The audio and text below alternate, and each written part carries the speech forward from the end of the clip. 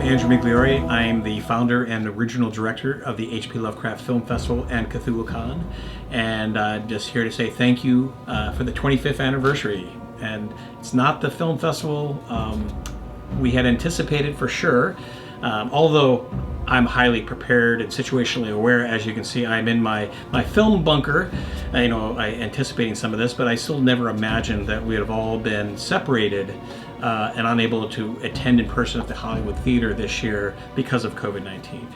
But we had put our heads together and tried to figure out a way we could do some event safely together. And kudos to Brian and Gwen for pulling off our drive-in event we did for the Kickstarter VIP.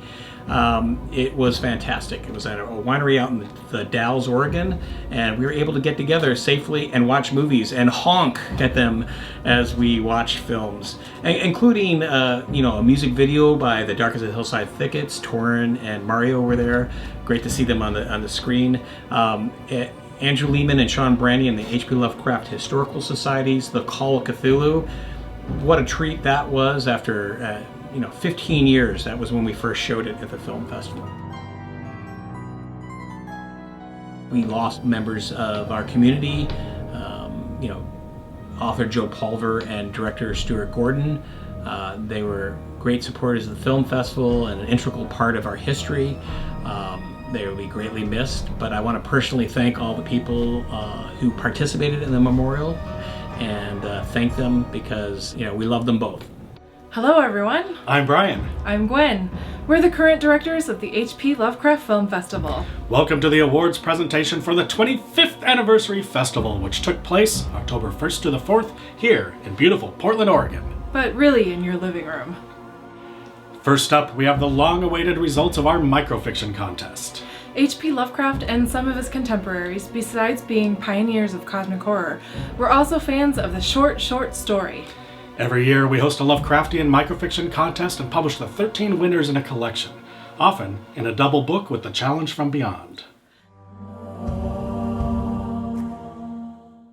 This year, because it's our 25th anniversary, we are publishing a double-sized double book with 27 stories. We were both English, not math majors. And the winners this year, in no particular order, are The Tower in the Woods by Michael Slater. El Puente by Jesse Kasniak. The Face by Kurt Newton. My Son by Eric Gorka. The Incident at Red Rock Bridge by Nicholas Hanna. Coming Home by Sue Hill. Beats by Matt Holder. Next Door by Maxwell Murray. The Thing in the Drain by Bart Kerner. Redmond's Shoggoth Removal by John Weagley. The Librarian, The Library by Kyle Webb. Little Ones by Neil Folliart. Immemorial Dust by Duncan Norris. In the Orbit of the Witch Star by Timothy Lance. Jan Had a Hole in Her Left Hand by Lilith Betty. The Portal of Moira Lane by Vincent Zoba. Mira Soul by Felicia Martinez. Backmasking by David Heath. Grass by Charles D. Schell. Crumpled Note Found in Thrift Store Vase by Christiane Merritt. Tendrils for Days by John Skip. Trojan Horse by Aaron Besson. Vermi by Sarah Mott. The Control Room by Walker Hecht. Ghosts on the Sand by Christy Peterson Schoonover. We They Tore a Hole in the World by Lilith Betty. And The Top of the Stack, The Leap Over the Heap, The Tentacle on Top.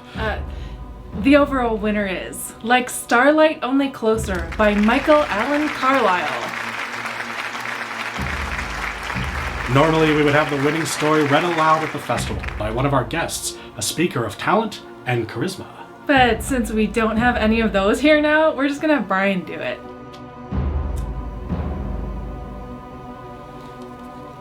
Like Starlight, Only Closer by Michael Allen Carlisle. Doc Hahn said, if I couldn't hack it, to close my eyes and let the panic take over for 1 full minute. So I listened to the hollow echoing sound of my breathing in the helmet while I count down from 60. The weightlessness of floating from my cockpit seat helps relax me. The shuddering subsides when I reach the teens.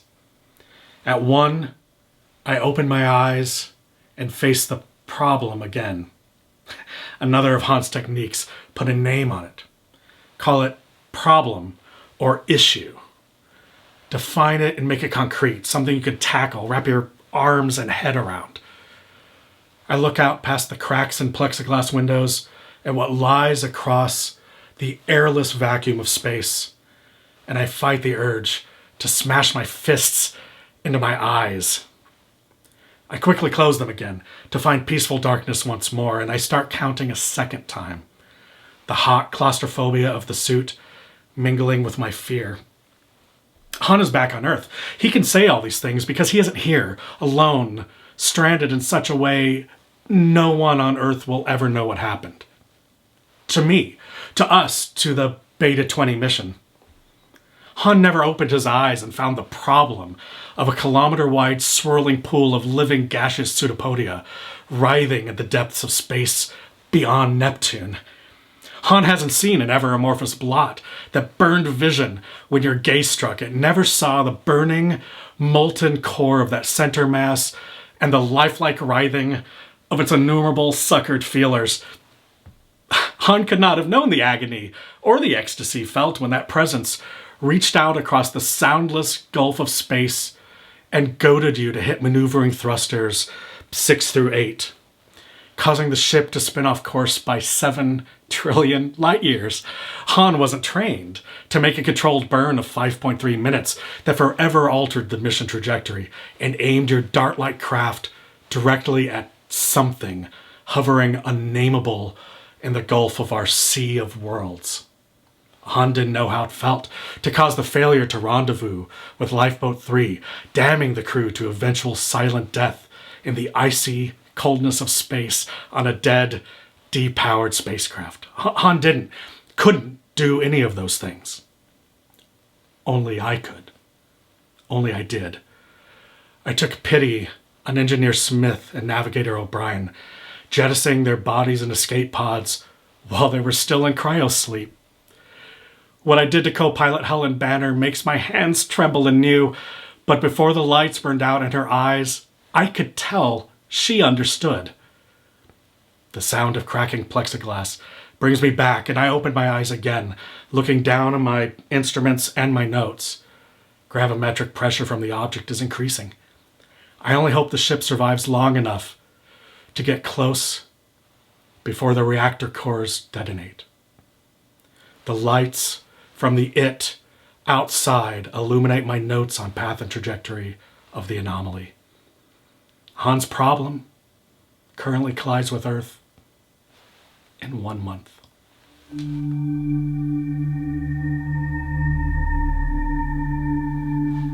And we're back! We hope you enjoyed that delicious bit of cosmic horror. Depending on your pledge level in our Kickstarter, you may already be getting a copy of the book. If not, you'll be able to order it from our website shortly. And now, on to the Film Festival Awards.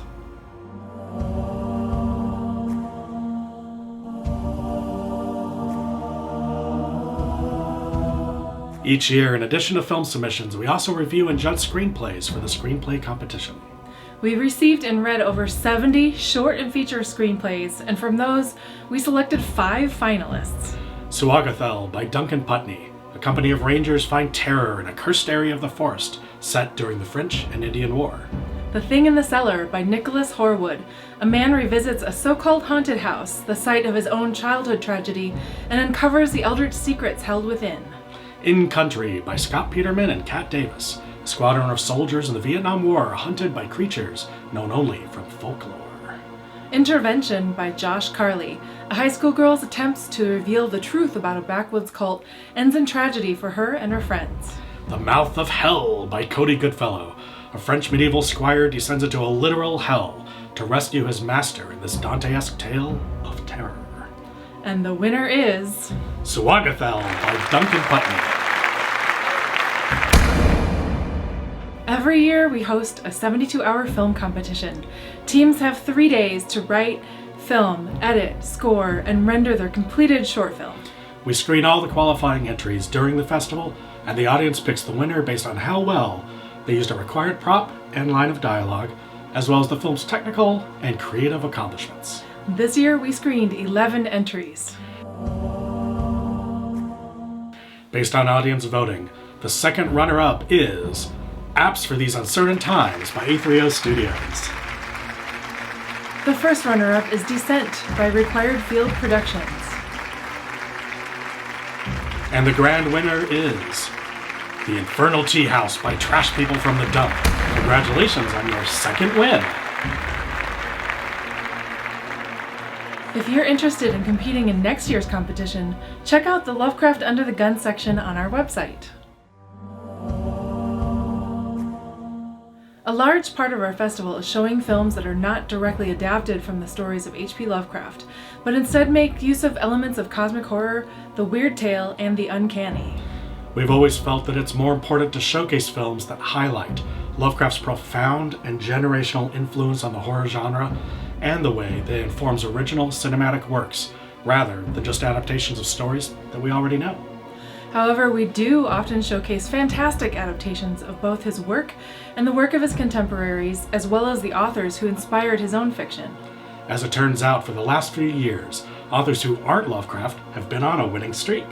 In 2018, we awarded the best adaptation to Ben Wickey's The House of the Seven Gables, based on the novel by Nathaniel Hawthorne. Last year, it went to Woodruff Laputka's The Last Incantation, based on the Clark Ashton Smith short story. This year, we were pleased to have a film that strongly encompasses the tenets of cosmic horror, uncanny spectral visitations, and a whole lot of weird with a capital W. Set in the American Southwest, featuring a local conspiracy revolving around an anomalous geographical feature. This film is based on a story by Fritz Leiber Jr., one of the founding fathers of the sword and sorcery genre. The award for Best Adaptation goes to The Hill in the Hole, written and directed by William Darman and Christopher Ernst. Congratulations!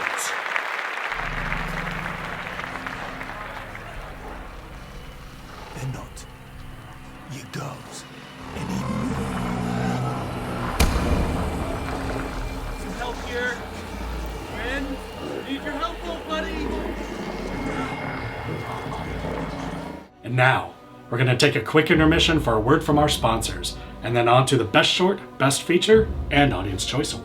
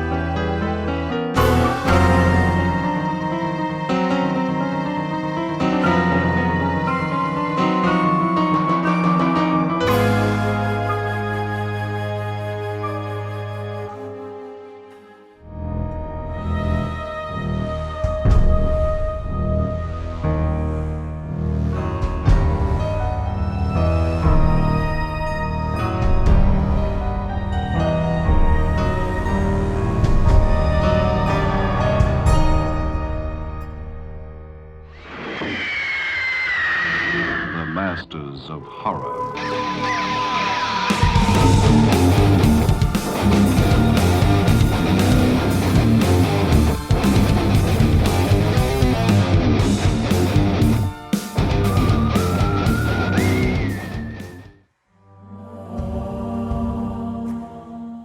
When choosing Best Short, we look for the short film that captures the spirit of Lovecraft's fiction while breathing new life into it, or twisting it in sometimes unconventional ways.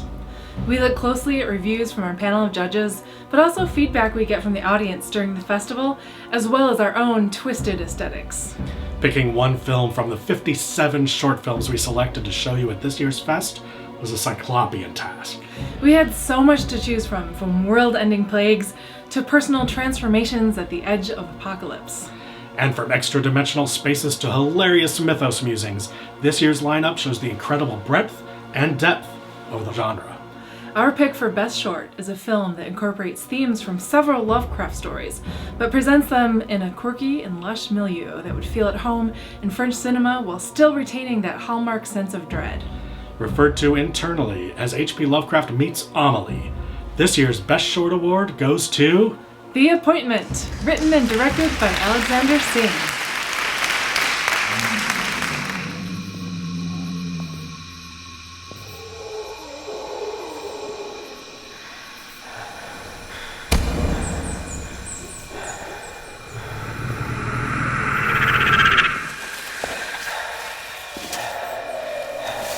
This year we had more independent features than ever before. And they showed us that cosmic horror could be quiet, That blood, guts, and camp are still very much alive. and that fairy tales are still creepier than straight-up horror. And that sometimes the best way to confront your problems is through risky, untested time travel. Yeehaw! This year's Best Feature Award winner is a return filmmaker who stunned us in 2018 with his short film, Echoes in the Ice. Now, he came back for more of the best audience in the world, this time bringing us his debut feature film. With bookish university students and a specter that is much more than a mere ghost, this has all the hallmarks of a classic sci-fi cosmic horror film. But ultimately, it's a very personal story about trying to fix the mistakes that haunted your childhood. The Best Feature Award goes to The Return, directed by B.J. Varro. Congratulations!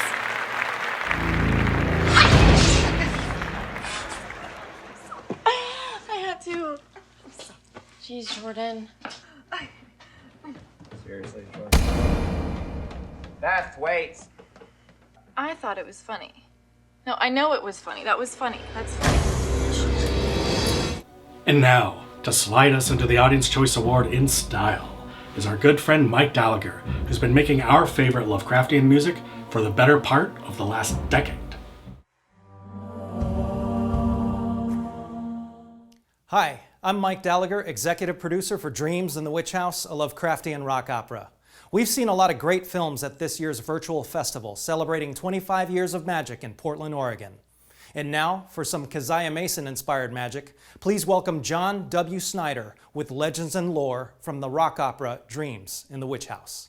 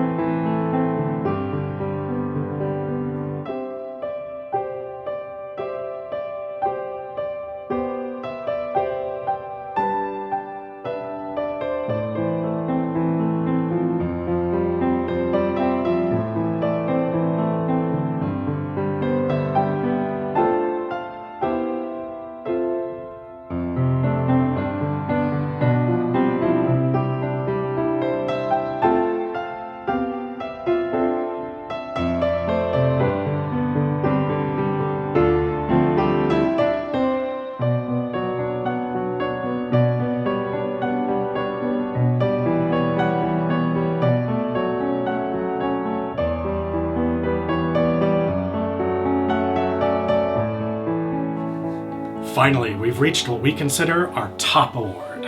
And it's not about the two of us or our jury. It's all up to you. At the completion of the festival, we sent out audience choice ballots to everyone who attended. To ensure that voting was fair and secure, we used unique ballot tokens and custom links to make sure that only single votes from ticketed attendees of the festival were counted. Then we tallied all of your ratings, and your votes determined this year's Audience Choice Award. The results were close, and a testament to our amazing lineup and an illustration of the power of personal taste.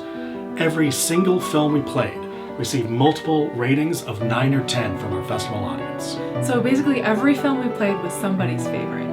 Over half of the 64 independent short and feature films we played received an aggregate average score of 7 or higher. But these were the top contenders.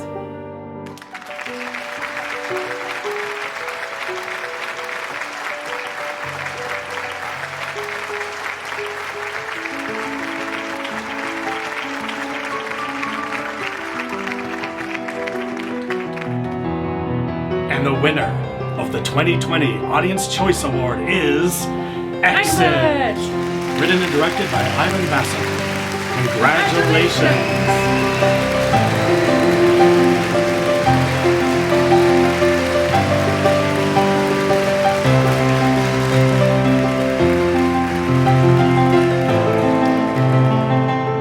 Thank you, everyone, for participating in this 25th anniversary virtual film festival.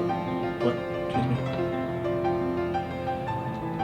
Cthulhu wants you to know that he wanted to thank all the filmmakers, and specifically the award winners, for filming the unfilmable and dragging the feeble minds of humans to knowing the unknowable horrors of the cosmos. And I want to say thank you to everyone who participated watching the film festival. Without you, there would be no film festival, and so thank you. We would like to extend our heartfelt thanks to everyone who contributed to making our 25th anniversary special and memorable. Even in this year of madness and horror. To our guests of honor, Barbara Crampton and Victor LaValle. And thanks to Jeffrey Combs and Barbara Crampton for talking to us about their history in making Lovecraftian movie magic with the late Stuart Gordon. Many thanks to our panelists in How to Read Lovecraft When Black Lives Matter, Leslie Klinger, Nisi Schall, Danielle Trussoni, Matt Ruff, and Cherie Renee Thomas. For the evolution of cosmic horror, Victor LaValle, Cassandra Kah, Zinn Rockland, Craig Lawrence Gitney, and Ross Lockhart. For the music from Beyond the Spheres, Mars Homeworld, Reber Clark, Will Severin, and Troy Sterling Neese. For Herbert West's cultural icon, Pete Rollick, Molly Tanzer, Kelly Young, Christine Morgan, and Kenneth Hite. For the Lovecraftian Cinema Panel, Barbara Crampton, Richard Stanley, Wanvu, and Jan Roth. Plus, we showed you a sneak peek at Barbara's upcoming film, Sacrifice. For The Wonder vs. Dread, Encountering the Gods in Fiction and Real Life, Evan Peterson, Amanda Downham, Nadia Bolkin, Justin C. Key, and Rose O'Keefe. That was my favorite one. The Voluminous Podcast Live with Andrew Lehman, Sean Branney, and our Kickstarter backer, Stephen Fazio. You guys did a great job. And the Delta Green Sudden Death Game with original lurkers Andrew Migliori, Kenneth Hite, Andrew Lehman, Sean Branney, and Scott Glancy, run by Ariel Celeste of Contessa. And our special presenters Jess Gulbranson, Ask Lovecraft's Lehman Kessler, and Richard Stanley, the director of Color Out of Space, for his readings of Lovecraft and Arthur Machen. Those were rad. To the Darkest of the Hillside Thickets, Necronomidol, Mike Gallagher, and John W. Snyder for making our 25th anniversary extra special with their fantastic musical performances. And a big thanks to everyone who shared their memories and wonderful stories in the Stuart Gordon Memorial. Andrew Migliori, Barbara Crampton, Brian Usna, Dennis Paoli, Jeffrey Combs, and John Stryzik. And to everyone who opened their hearts in our tribute to Joe Pulver, Kelly Young, Kat Pulver, Matthew Carpenter, Mike Griffin, and S.P. Muskowski. For the awesome author readings by Anya Marden, Nathan Carson, Evan Peterson, and Cody Goodfellow. And an extra special thanks to Cody Goodfellow for being our spiritual figurehead and opening the festival at our VIP event and for rousing us on Sunday morning with the Cthulhu Prayer Breakfast. Thanks to Mars Homeworld for helping us bring back some of this classic lurker music from this year's fest. And a big thanks to everyone at the Hollywood Theater for standing with us during difficult times. Doug, Dan, Connor, and especially Virginia for all her hard work on our complex ticketing setup. And thanks to our judges and our wonderful volunteers. I just want to say thank you very much. You know, a film festival is only as good as its community, and what a great community we have. And you know, after 25 years, I think it's been proven. And again, I also want to say thank you to Brian and Gwen, who have kept the legacy alive. Oh, before we go, I wore my special Color Out of Space suit tonight to remind people to vote. Your vote matters no matter what anyone tells you, or no matter where you live. Please, it's more important than ever to get out and cast your vote in the upcoming election. Wait, your Color Out of Space suit, it looks pretty red to me. Wait, you're not. Oh, no. Hold on. Yog-Sothoth!